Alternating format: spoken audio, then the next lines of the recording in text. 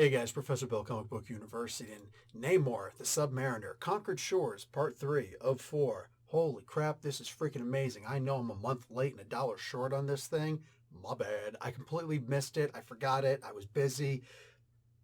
Don't sue me, all right? It was an accident. I'm making up for it now. And then immediately after, I'm going to read the next book. No, I haven't read Part 4 yet, but holy crap, I can't freaking wait. Let's get talking about who made this comic book so I can start praising this book to the gills. That was meant. Okay. Christopher Cantwell is the writer. Pascal Ferry is the artist. Matt Hollingsworth on color art and VC's Joe Caramagna on letters. Ferry and Hollingsworth did the cover, and there's a variant cover out there. One by E.M. Gist and another one by Peach Momoko. Anyway, holy crap. Dude, this was out of freaking control. This was so good. Holy crap. So there's Eudora trying to work on a project, trying to figure out how to get the torch to burn underwater and blah, blah, blah, blah, and all that stuff and how he's able to do it. And eventually she learns how to do it. The way she learns how to do it is actually through sheer like necessity because the freaking awesome android shows up. And I don't know if it was actually trying to kill her. I mean, it is a robot technically, right? Android is kind of half human, half, thing. Anyway, holy crap, dude. Like, it might have just been like, oh, there's a being. It needs to be out of water so it can breathe. Maybe, I don't know. Anyway, maybe it was an assassination attempt. I have no idea. But anyway, she started drowning and then she used her torch build and boom. So that's enough of her. All right. Luke Cage and Namor have to go to Doomstat. They have to try and figure out what's going on with Doctor Doom and everything there. Now, Doctor Doom and Reed Richards were both assassinated. They had, I love they used the word detente in this. They had a peace agreement when everything was attacked and because climate was out of control, and they solved the climate crisis, and then they were able to move on with their lives. And then they were immediately assassinated by the Kree, and then the Kree thing happened, and all this stuff happened. Anyway, so they're going by, and Namor, of course, is recognized as soon as he opens his mouth and it says like one lousy word. The identity of Prince Namor of Atlantis has been hereby vocally authenticated as an ally of his lordship Victor Von Doom. And it's like this big thing. And it's like, oh yeah. Yeah, they were always friends, weren't they? And I guess they would have made a peace treaty of some sort after the Kree attacked, right? So Cage is being an absolute jerkwad the entire freaking time. Like it's a bit extra, right? At some point, it's like, dude, you need to calm down.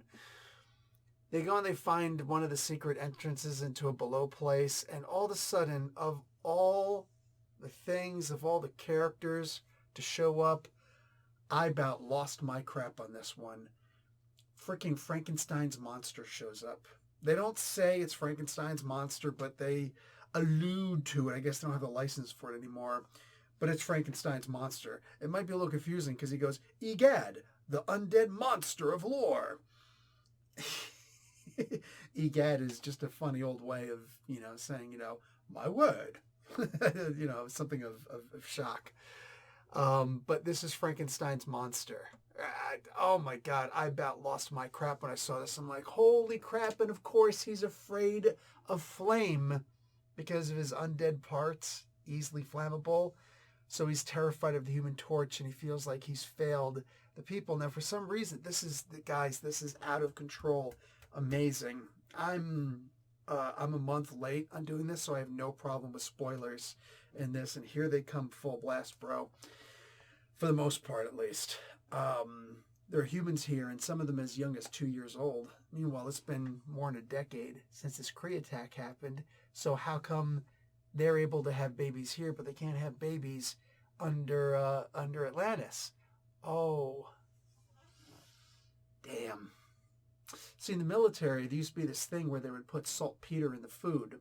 I don't know that they necessarily did that for us when I was in. I joined the military in 1993. Tell you what, I didn't have a whole lot of, hey, how you doing stuff going on, that's for sure. But they said they didn't do it anymore. But legally they're allowed to do it to us, so I'm good now. But holy crap, man. Like, saltpeter takes away your sexual desires and whatnot, right? So the idea of sticking something like that in the food is not surprising to me. Did they just stick that in the water where they were? Did they give that in the water that they were able to drink? Did they give it to them in their food, whatever, so that it's actually sterilizing the humans? Is like a form of brucellosis. Sorry, I've been watching Yellowstone. Whatever it is, like, holy crap, dude. This is amazing. We're finding out that Atlantis has been, or most likely has been, harming the humans. Was it intentional? Was it not intentional? Namor is certain that it wasn't the Atlanteans. Of course, Luke Cage is certain that it is. Frankenstein's monster as well. He feels the need to protect these humans.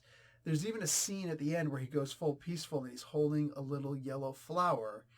If you all seen the Frankenstein movie, listen, I'm going to suggest reading the damn book. The audiobook is totally free. Mary Shelley, go read the audio. Go listen to the audiobook on YouTube, all right? Holy crap, it will blow your freaking mind how ingenious Mary Shelley was. I don't care what anybody says. Wow. Of course, it helped being married to one of the most brilliant scientists of her time period, but I'm not holding it against her. Shoot, this was creative as hell. In this particular regard, in the movie, he held a flower also, and what happened not too long after he held after he was holding the flower, looking at the flower, right? It's like I don't want to spoil a movie 100 years old, but oh my God, it's not 100 years old, but close to it. Holy crap, man! Holy crap! I'm just gonna say, there's a reason why Boris Karloff didn't want his name associated with that movie. There's a damn good reason for it, because at the time, that was damn harsh. Anyway, so here we go. Namor and Frankenstein's monster actually get into a fight. Now, under normal circumstances, a monster that's undead that can only lift approximately a ton, maybe 3 tons in the Marvel Universe, suddenly he's able to go toe-to-toe with Namor, right? He's been killing any Atlantean that shows up to protect the humans. Once he does that, he replaces some of his limbs with the dead Atlantean limbs. So Frankenstein got himself an upgrade. Boom. Said it before, I'll say it again. Christopher Cantwell is too good for comics. Doesn't mean I want him to leave. Not at all. But he is just too good for this crap, man. Like, for the way that so many people write comic books nowadays, this guy has got it going on. Holy crap. Still not going to match Namor once you get underwater, because no Atlantean comes, like your average Atlantean can like press 8 to 10 tons maybe, right? Namor's pushing anywhere from like 80 to 100 tons underwater easily. Out of land, Namor doesn't get weaker than a regular Atlantean in the land. So once he got in the water, it's like, bro, you ain't winning against Namor. Nobody. The Hulk. I would say the Hulk would have a hard time when he gets Namor in the water. So let's go with that. But seeing Frankenstein's monster and the way he was used in this was pure, complete, and total utter brilliance. I absolutely loved this. Holy crap. At one point, one of the little girls falls into the ocean from a cliff face.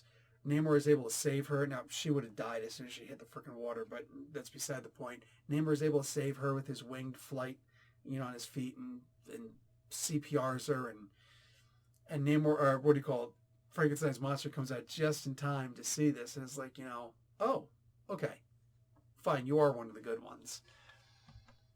But this conversation has to go on about Namor potentially doing some bad things. Listen, at the end of this, the Human Torch shows up. I really thought this was all just a figment. Maybe it still is, I don't know. But there's an actual, Human Torch showing up. And he's got this big, long beard, and that's the end of the comic book.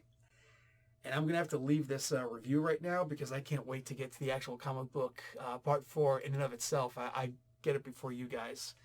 Wow. Okay, I got to get... Seriously, I'm that excited. I've got to read this freaking comic book. This is such a good story, guys. I'm giving this every star. Now, I'm about to go into it, and I'm a little bit nervous because if they can't... I believe that part 4 is the last issue. If they can't stick the ending on this, Christopher Cantwell, man, I have to rescind everything I said and just be like, don't buy his books, because what's the point of getting into a book that's amazing in the beginning, amazing in the middle, but the end sucks? You know what I'm saying? Like, that's not good. That's not good. That's like picking up a girl at the bar under the strobe light when you are really hammered, and then you get sober and she turns around. Oh my God. That was so wrong. But at the same time, no lie spoken. I'll talk to you guys later. Like the video, watch an ad. And some of you women have had the same experiences. Don't lie to me. Professor Bell, Comic Book University. Class dismissed.